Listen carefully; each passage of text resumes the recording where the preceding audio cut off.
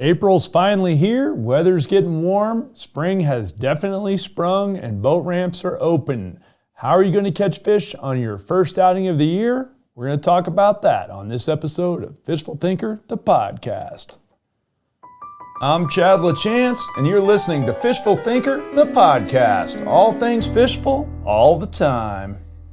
Hey guys, Chad LaChance here. Thanks so much for tuning in to this episode of Fishful Thinker, the podcast. I appreciate it very much, guys. Sportsman's Warehouse also appreciates it very much. Of course, they're our longtime presenting partner of all things Fishful Thinker, including this podcast. So check out Sportsman's Warehouse on your next need for fishing tackle, hunting gear, camping, or whatever you might need, or visit them at sportsmans.com. Now, it's finally April. My home lake just opened for boating. It was actually ice on the lake right up until within 2 days of them opening the boat ramp, and finally got out. And it's that time of year where I get a lot of questions from people about putting their boat in the water the first time of the year. Where are they going to start? How are they going to start as far as locating fish? Another common one is I already went out. I didn't do any good. I don't know what I'm going on, blah, blah, blah. I get questions about that. So I thought I'd talk here for a little bit about how we go about getting our season started on the right foot. And a lot of that has to do with being very open-minded, for one, but also being very diligent in your observation, for two, because the first thing everybody wants to do on a new outing is, or on a new season, is go out and just wreck them right off the bat. Fish haven't been fished for very much all winter, maybe some ice fishing or whatever, but they're, at least in the West, a lot of the reservoirs are closed or iced over, so there's nobody out chasing fish with any serious impact on those fish, let's just say. And all of a sudden they open the boat ramps and we hit the water. Everybody takes off in every direction and it becomes, how do we catch fish? And I want to back up a half a step and say this. My lake opened April 1st. I was out like everybody else in a brand new boat. I didn't do a tremendous amount of fishing, but the reason that's important that I did do a tremendous amount of fishing is the first thing you have to do, at least from my standpoint, on the first day in the water, is make sure everything in the boat works. And as much as I hate to say this out loud, and boat companies wouldn't want to hear it, and certainly boat dealerships don't want to hear it, but if you got a brand new boat over the course of the winter, which I do almost every year. I'm on my 14th Ranger boat in 17 years of doing this for a living. I've gone through a lot of new boats. Almost invariably, whether it be Ranger or any other brand, you are going to find some gremlins in your boat. And they might be very minor gremlins. They might be more major gremlins. But you're going to find some gremlins. And I'm not talking about major stuff like a motor that doesn't run. Hopefully you listen to our other podcasts about getting your boat ready before you go to the boat ramp. But there's a lot of stuff you can't check at home, or not easily anyway. And there's some stuff that's better done on the water anyway. So for instance, for me, I launched my brand new boat. I put 1 or 2 fishing rods in the boat. That's it. I think we had 2 of them total in the boat. The whole day really is dedicated more to making sure everything in my boat works, because in the instance of a new boat, there's a lot of systems to test. And I mean, it could be everything from the live wells and bilge pumps to the lights, the nav and anchor lights, to the internal lighting within the boat itself. Then it will get more complex. Are the graphs working correctly? The sonar units, and typical modern boats can have 2 or 3 sonar units in it. Is the network working correctly? Is everybody talking to everybody correctly in terms of sharing data? Do I have my devices set where I want so that I'm getting my temperature reading from where I want in the boat? I mean, my Ranger boat has 4 thermometers built into it, right? So which one am I reading off of? That little detail. Which GPS antenna am I reading off of? If say you've got 2 sonar units with built-in GPS, well, there's 2 internal pucks right there. In the case of my boat, I've got a Lowrance Point 1 directional GPS puck on the boat as well, so that's the 3rd one. Then there's another one built into the Ghost trolling motor, so that's 4 of them. So which GPS puck am I working off of? All of that stuff that's with a new boat, right? Is the full trim range working correctly? New motors all have digital trim. Is the steering and everything been bled properly in the boat? Is the boat got an air bubble that they can't find at a dealership because they're not running the boat around enough? I mean, there's just a ton of nuances in a new boat of things to check and make sure they work, and that includes everything on the trailer. Once you've gotten the boat off the trailer, I mean, there's just a lot of stuff to it. So for me, I don't put a whole bunch of fishing tackle in the boat and until I confirm that everything works. Once I know everything works, then I also go through and start doing all the setup in my new boat. And that's a big step, guys. That's a big one. Like, I can maybe test all the systems in an hour on the water, just literally just going through a checklist and checking everything. Does the trolling motor full range? Does it launch and stow correctly? Does it have full turning range? Is there a cable binding anywhere? Anything like that? Are all the lids and latches in the boat working like they're supposed to work? I mean, across the board, there's just so many things I couldn't even possibly go through all of them. But basically starting at one end of the boat and testing every single thing from one end to the other to make sure it works. The difference between a boat and a car is let's say you go buy a Toyota Tundra, right? I just bought a Toyota Tundra. Everything on that is basically designed as one big piece or one cohesive thing and built to work together. And of course, Toyota sources some parts just like everybody else, but it's just parts. But when you look at a boat, you've got somebody that manufactured the boat, then you've got another company that manufactured the sonar GPS electronic stuff, you've got another company that manufactured the steering system, you've got another company that manufactured the motor, right on down the line. And so a different guy manufactures the trailer even. So you've got a lot of people that are all trying to put products together and make them work cohesively. So that's, in my opinion, why boats are inherently less consistent when they're brand new. In the case of my new boat, two very minor things, no big deal, but still two things require a visit back to the dealership to be adjusted.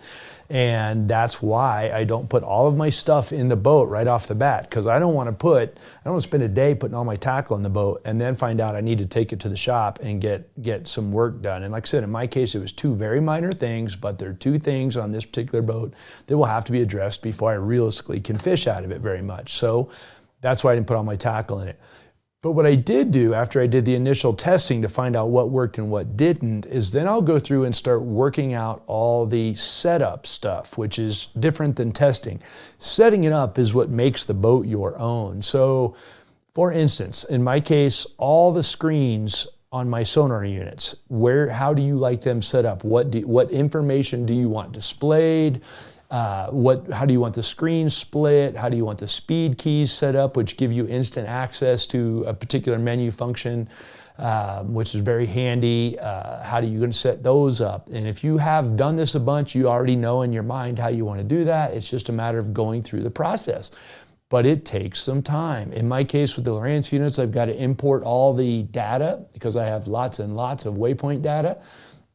Get your chips installed in the boat, make sure that all of that stuff is done. Another big one is calibrating your GPS pucks, which you can't do. The dealership can't do that for you. They need to put it on the boat, put it on the water, go drive it in a big giant circle at a specific turning radius and let the GPS pucks calibrate each other. Very, very important that you do that or your GPS won't be exact. And just for the record, you probably need to do that if you travel cross country. Let's say you have a boat, everything works fine, you live in Georgia and you drive to West Texas to fish. Well, now your GPS is probably off because of magnetic differences in the earth, so you'll have to recalibrate them. But it always starts with the new boat. Of course, they have to be recalibrated. Another thing that's really important is the speed keys on the trolling motor. The Lowrance Ghost that I use and several of the other manufacturers have them, they have speed keys on the trolling motor pedal as well. So in my case, I set one of them to put the power poles or the shallow water anchors up. Another one of them puts the anchors down. Another one is a constant on override. So I just step on that and it immediately goes to constant on at full speed. And then the other one is the anchor button for the GPS anchor. But those speed keys, again, they need to be set up for your particular needs. Another one that you need to set up is the keel offset in the boat or the bow offset because your trolling motor is not mounted right in the center of the boat. So you've got to set that up. Again, that needs to be done on the water. So that's important.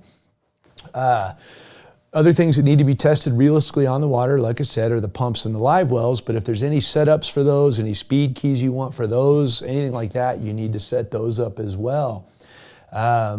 Once I've gone through all that and done the initial setup of how I want everything, then and I've confirmed everything that works, then and only then will I actually start moving my tackle into the boat and all my fishing gear. And for me, that starts with the stuff that has nothing to do with fishing, and it ends with the stuff that is all about fishing. So in other words, the first things that go in the boat for me, even before the original shakedown run of the boat even, are a toolkit, because you got to have tools in the boat, right? And a toolkit goes in the boat immediately, always. And I use a very standard toolkit. It's relatively small.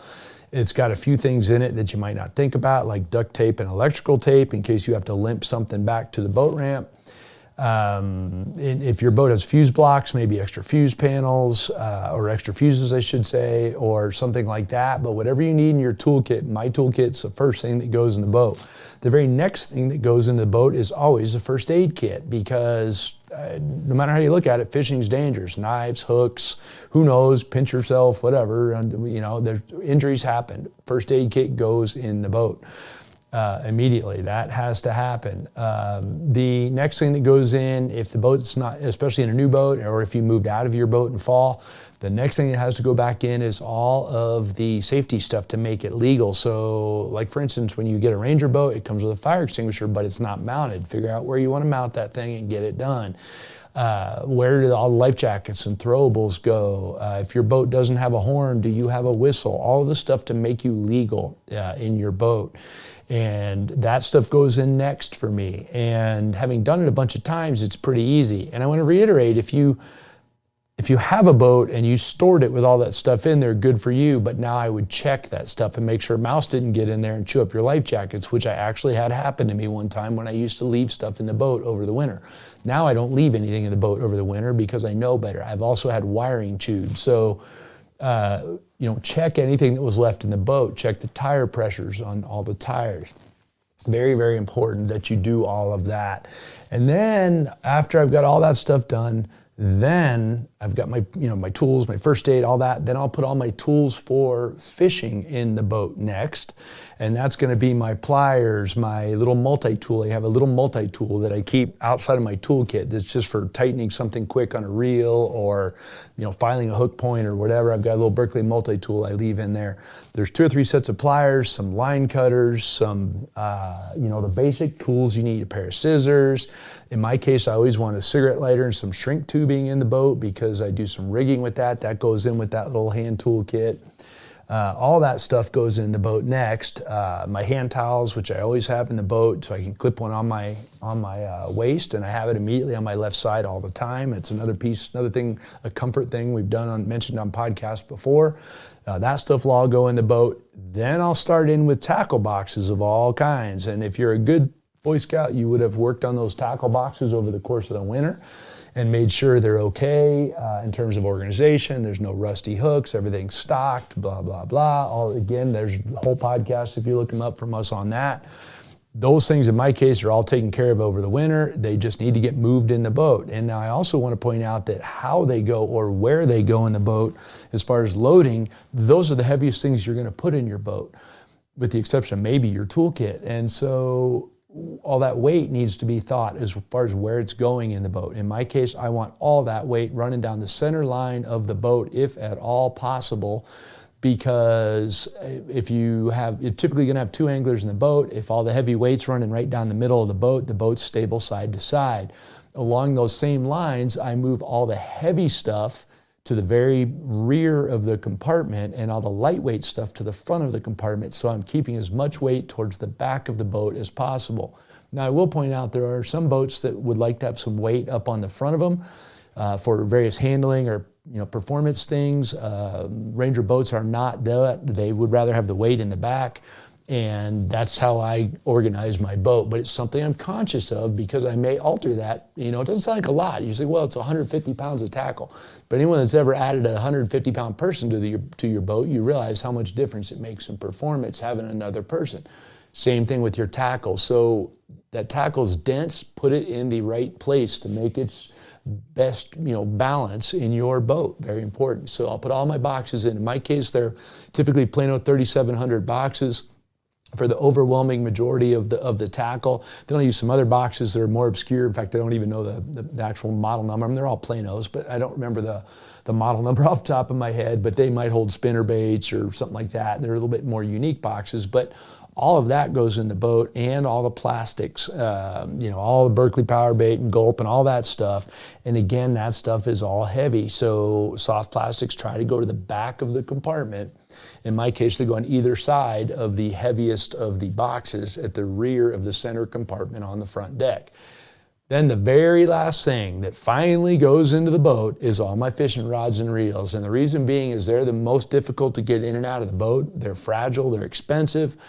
I don't want them in until I'm comfortable with how everything else is in the boat, and then I'll go ahead and put all the rods and reels in the boat, and then I'm ready to fish. So in my case right now, I'm in between that. I did do a little bit of fishing. I really intended the bulk of this podcast to be about having a successful first outing or first couple of outings, and getting your season off on the right foot more than specifically addressing fish. But part of my setup of those GPS and sonar units and the active target and all the other stuff that goes to live sonar, whatever you might have, all goes in your boat. Part of the setup is real world use on the water, which is why the dealership can't do a lot of that stuff for you. So for me, I will use the setup time that I'm spending on those graphs to also be looking at areas I expect to maybe find fish. Now, let's say you're an angler from within my region, you're dealing with water temperatures that are, say, 39 to maybe 50 degrees. Most of the water I saw over the weekend was in the 40-degree range, so it's a safe bet you're not going to have a whole bunch of real shallow fish. So you can spend the time you're using setting up your graphs kind of loosely keeping an eye on what's going on with the fish while you're doing it. And then while I'm spending all that setup time, I'm also learning fishing stuff at the same time.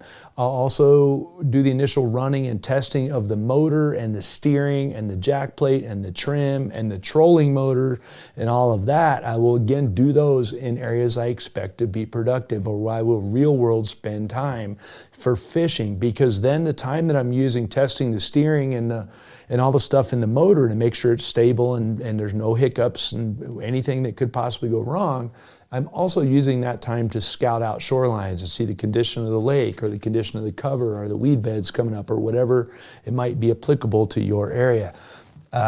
Very good use of your time to be able to multitask with, hey, I'm looking for fish or fishing conditions at the same time that I'm setting up my sonar and GPS units. And I feel like that's the best use of my time. I was on the water on Saturday for like 6.5 hours. I spent most of that time testing everything in the boat and then running around and setting everything up in the boat. And in so doing, I found several pods of fish that we were able to address as well. So I didn't, spend all my time working on the boat and then go run around all over the place looking for fish. I did both of them at the same time. So again, back to the preparation over the winter, most of your rods, reels, and lines hopefully got taken care of over the winter and got worked on. But if they didn't, then first thing I'm also going to do in the boat, which is from past experience, I don't do it this way now, but I used to, everything in the boat gets picked up and cast a couple times to make sure you didn't put something away with a kink in the line or a knot in the line somewhere down in there, or that the line isn't brittle or weird, or that there's no stickiness in the reel that occurred over the winter, or something got rusty or something got loose, or whatever the case. Test all the drags if you didn't do all that over the course of the winter. In my case, that all takes place in the shop over the winter. When it's cold and freezing out, I can stay in the garage and stay warm in the shop there and get all my tackle ready. So by the time it goes in the boat, I know it's ready. But there is one difference. In my case, a lot of it is brand new tackle. So if it's not tackle I've fished with, I may have to play with it a little bit to get it exactly how I want it. And that's a common thing with something like new bait casters. Abu Garcia came out with all new bait casters, and those bait casters are slightly different to set up than the previous ones, regardless of which model it is. So Now I have to go through and set them up and make sure that, hey, this reel, okay, this feels good for this type of application. And most of my rods and reels are purpose dedicated. So the rod, reel, and line are dedicated to either a specific technique or a specific range of techniques. So for instance, one of them I was setting up this weekend, it's a rod and reel and line that I will dedicate to spinner baits and bladed jigs and maybe soft swim baits. So and maybe a well, I shouldn't say a soft swim bait, but a few other things like that. Basically moving baits is what I'm trying to get at here. I'm stumbling over my own words, but the bulk of it's going to be spinner baits or bladed jigs or soft swim baits that I'm going to throw on this particular rod. So in that case, it's the rod, the reel, and the line get put together. Then I set up the reel to make sure that it's within the weight range of spinner baits I would like to throw. My spinner baits are typically right around a ½ ounce, so I'll put a ½ ounce bait on it, throw it around until I get a feel for the reel and make sure I have everything I set what I want, and then I'll put that one down. I'll go to the next rod. It's not relevant that a ½ ounce spinner bait has nothing to do with catching fish right now in my lake. That's not a 40-degree smallmouth lure. But I need that done so that when I hit the right condition, I pull out of the rod locker and tie a slobber knocker on it and throw it, it's ready to go. It's not a problem. I don't have to mess with it when I'm trying to fish. So that kind of stuff all gets done as well on my first day out. So again, if your tackle was not serviced, or particularly if it was left in the boat, I would check every rod, reel, and line. And if I didn't do that with my boxes, I would check my boxes, because I one time left a toolkit in the boat over the winter, a boat that I kept over winter, which was really dumb to leave a toolkit in it. You think, well, it's in a closed compartment and it'll be fine. No, because moisture had got inside that box, and that toolkit looked like a crazy science experiment, because there was a small burlap bag in there that had some tools in it, or not burlap, but a canvas bag, and it molded, and the toolkit was basically unusable because it had a little bit of moisture in it. It sat there for 4 months over the winter, and it got ugly. So if you left anything in the boat, check everything that was in the boat. And then the last thing is make sure you got your licenses and your passes and stuff ready. The guy that I took with me the other day for my shakedown run, I asked him just on a whim, hey, your license expired yesterday. You got your new license. It's April 1st, right? Oh man, no, I forgot. And we got hung up for 15 minutes at the boat ramp while he's online trying to order a new fishing license because he forgot to get it. So don't be that guy. If you get a safety check first day in the lake and you don't have a fishing license, you're going to feel bad. So get all of that stuff done. Then I'm spending the last few minutes of this podcast finally talking about the only reason you guys probably listen to me at all, and that is because you want to catch fish. And I want to catch fish too, but I want to catch fish when I'm focused on catching fish. And so we went and really looked at a few things. Here's a couple things I'm going to give you advice for very first thing. If it's a lake you know well, I would go, or lake you fish late in the year particularly, before you put the boat away, I would go to where I last saw fish and start my looking there with my graphs or my fishing, or however it is I'm going to go start looking for fish. Because typically the last place you find them in fall before they start deep into winter is very close to where the first place you'll find them in spring before they move up in the spring. So that's a very common thing. For the record, on my home lake, that's exactly what transpired. The last place I caught them in the fall, late in the fall, right before the boat ramps closed, I ran there, started testing stuff out. Actually was testing the trolling motor at that point, but kept my eye on the graph, and sure enough, big pods of fish, same depth range and everything. I'm sure I didn't fish for them because it wasn't a fishing trip, but I can guarantee you I could have dropped a gliding jig on them and probably caught lots of them without a whole bunch of problems. So that's one way to check it, is just go right away to the last place you found them, or last 2 or 3 places you found them, and see if you can find more of them there. In lieu of that, I would start looking at my conditions. So another thing, my particular home lake has water running in it right now. It doesn't always have water running in it this time of year. It does right now. It has water coming into it. It's artificially determined. A guy somewhere flips a switch and starts running a bunch of water into the lake. And because there's water coming in, I will immediately go check that area out as well, because that fits a spring condition, especially. It fits really any condition, but it really fits a spring condition. So I will go check that. Incidentally, I did that as well, and yes, there was fish there too. If your home lake has an inlet whether it was running in fall or not, I would go check it. If it's not running, I probably wouldn't worry a whole bunch about it. Another thing I'll throw out there, if you are on a very warming trend, in other words, my first day in the lake was on a slight warm trend, not a big deal, but if you've got a warmer than average couple day trend before you launch for the first or second time, or first few times of the spring, or first time in a new lake, whatever along those lines, you may find some fish have moved shockingly shallow. And the book will tell you that a smallmouth bass in 40-degree water is going to be on, especially when the main lake is crystal clear, he's going to be out on something steep or deep or suspended or dealing with wintertime stuff. It's 40 degrees, you need a float and fly, blah, blah, blah. All that stuff the book will tell you. But the fish that I found that were the biggest were in like 6 inches of water, long ways from deep water up in a ditch. And the reason they were is because I'm quite certain the water was quite a bit warmer in there. And those fish I know about right now are actually from the bank, because I went and caught them from the bank. Because you can't even get the boat in there that shallow. But my point of that is, you may be surprised at how shallow a bass or a trout or a walleye might get this time of year in very cold water. And these bass that we've been catching from the bank are in like no water at all. And you catch them with power fishing techniques, and it's literally 40, 41 degrees, and it's a power fishing game.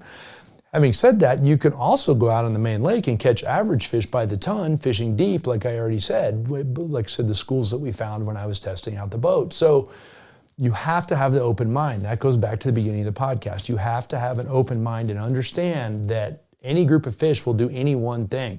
A bunch of big smallmouth that pull up into really shallow water to feed I'm sure are there chasing 8-inch stocker trout that are in there catching all the bugs that are coming out of that shallow ditch. And so those smallmouth follow up in there, and they're easy to catch and they're easy to swallow because they're little trout right out of the hatchery, and they're easy to catch. And so you have to keep an open mind about where you might find fish this time of year. It is not as black and white as some other areas, and you don't really have enough memories to go on. Unless you've been fishing the same lake for many years like I have, you might have some good places to start. But still, even at that, I have to stay humble, because the lake could be, by April 1st, it could be completely full, or it could be 50 feet low, or anywhere in between. Last year, on April 1st, when I put the boat in the water, the lake was almost 30 feet higher than it is right now. So that's going to change where fish are. So I can't really fish memories per se, but I can fish concepts, like, for instance, fish sneaking up in that ditch to take advantage of a feeding opportunity. Keep an open mind and fish that way. Another thing I recommend in the springtime is fishing with as much multi-species lures as you can. Biggest reason for that is you're going to find a mix of species. So you might find trout, walleyes, and smallmouth bass in the same spot in my home lake right now. Very commonly, in fact, you'll find that. So multi-species lures that are well known to generate bites from a lot of species, are good. Because keep in mind, the trout, they're giddy in 40-degree water, 45-degree water. They don't have any problem with that. The bass are, on the other hand, completely lethargic for the most part, particularly the ones on the main lake. They're very slow to move around. And the walleyes are somewhere in between and might not be thinking anything about anything other than making baby walleyes, which is exactly what they're thinking about in my home lake. So you got to keep all of those things in mind, which is why I say fish with an open mind. The other thing I think is fish a lot of different styles of stuff. Fish a couple of flat banks, fish a couple of deep schools of fish a couple of boat ramps or a couple of dams, but try to mix up the style of stuff you're fishing until you locate consistent fish. For me at this time of year, it's not about sitting on one school of fish and beating them up. It's about finding as many schools of fish as I can so that I can keep track of them as the season progresses. So if I can find some shallow smallmouth in one area of the lake and some rocky walleyes in another area of the lake and a couple groups of deep smallmouth here and then trout feeding in this cove, well, the more of that I can pin down in the first couple days on the lake, the better my first couple outings are going to be, because I have the most knowledge. If I sat on one spot and caught 30 fish there, well, that's great. I had a good time. I beat those fish up, but I didn't learn anything else about the lake. So that's why I'm an advocate of spend a few minutes at a spot, catch a fish or two, and go, if you're in it for the long haul. If you're never going back to this lake or whatever, you just want to beat up on fish, fine, sit on that school of fish. But if you're looking at the big picture of saying, hey, for the rest of April, I want to be consistent, then find as many of them as you can while you're doing all the other stuff in your boat. or in the last couple hours after you try everything in the boat. So very, very important. Last thing I'm going to throw out there, this time of year, even if your boat is stored in an uninsulated shop or building, make sure you drain everything well. There's no question that my area is going to be way below freezing for still another month. So make sure you get everything drained out of the boat. If you're in Colorado, maybe you're a Denver guy, not too far from me, guaranteed you're going to get frozen again. You might have fished over the weekend and it was beautiful, 60 degrees, but now it's going to be blowing 40 miles an hour and 3 inches of snow tomorrow. If you left water in the live wells or water in the bilge pumps, they're not going to be happy. Make sure everything got drained. So I will flip the switch on and pump them dry for a quick second. It doesn't take long. Just make sure it's pumped out of the drain itself, or out of the pumps themselves. Make sure the motor itself is drained. Very important, or you will crack stuff if your boat is not stored in an insulated or heated garage. So, rambled a bunch on this podcast, guys, because it's kind of a lot of stuff to deal with. And to be honest with you, I'm a little bit overwhelmed. Also, I want to apologize. This podcast is 2 days late from what it's supposed to be. We had big wind here around my house and had no power for most of the day on Friday, or had power on and off for most of the day. I was not able to get this recorded for you guys on Friday, but it's just as well because I launched the boat Saturday morning and it made me think of more stuff to do. So if you're a regular listener to our podcast, you will catch another one on Friday. We will do 2 this week, one on this Monday and one on Friday, as opposed to every Friday like we normally do. And I hope you subscribe and catch all of them. I would appreciate it very much. Fishful Thinker is a labor of love, whether it be Fishful Thinkers, YouTube channel, or on television at World Fishing Network or Altitude Sports Entertainment. Could be at Facebook, Instagram, TikTok, wherever, at Fishful Thinker. We'd appreciate you guys tuning in. So this has been Fishful Thinker, the podcast.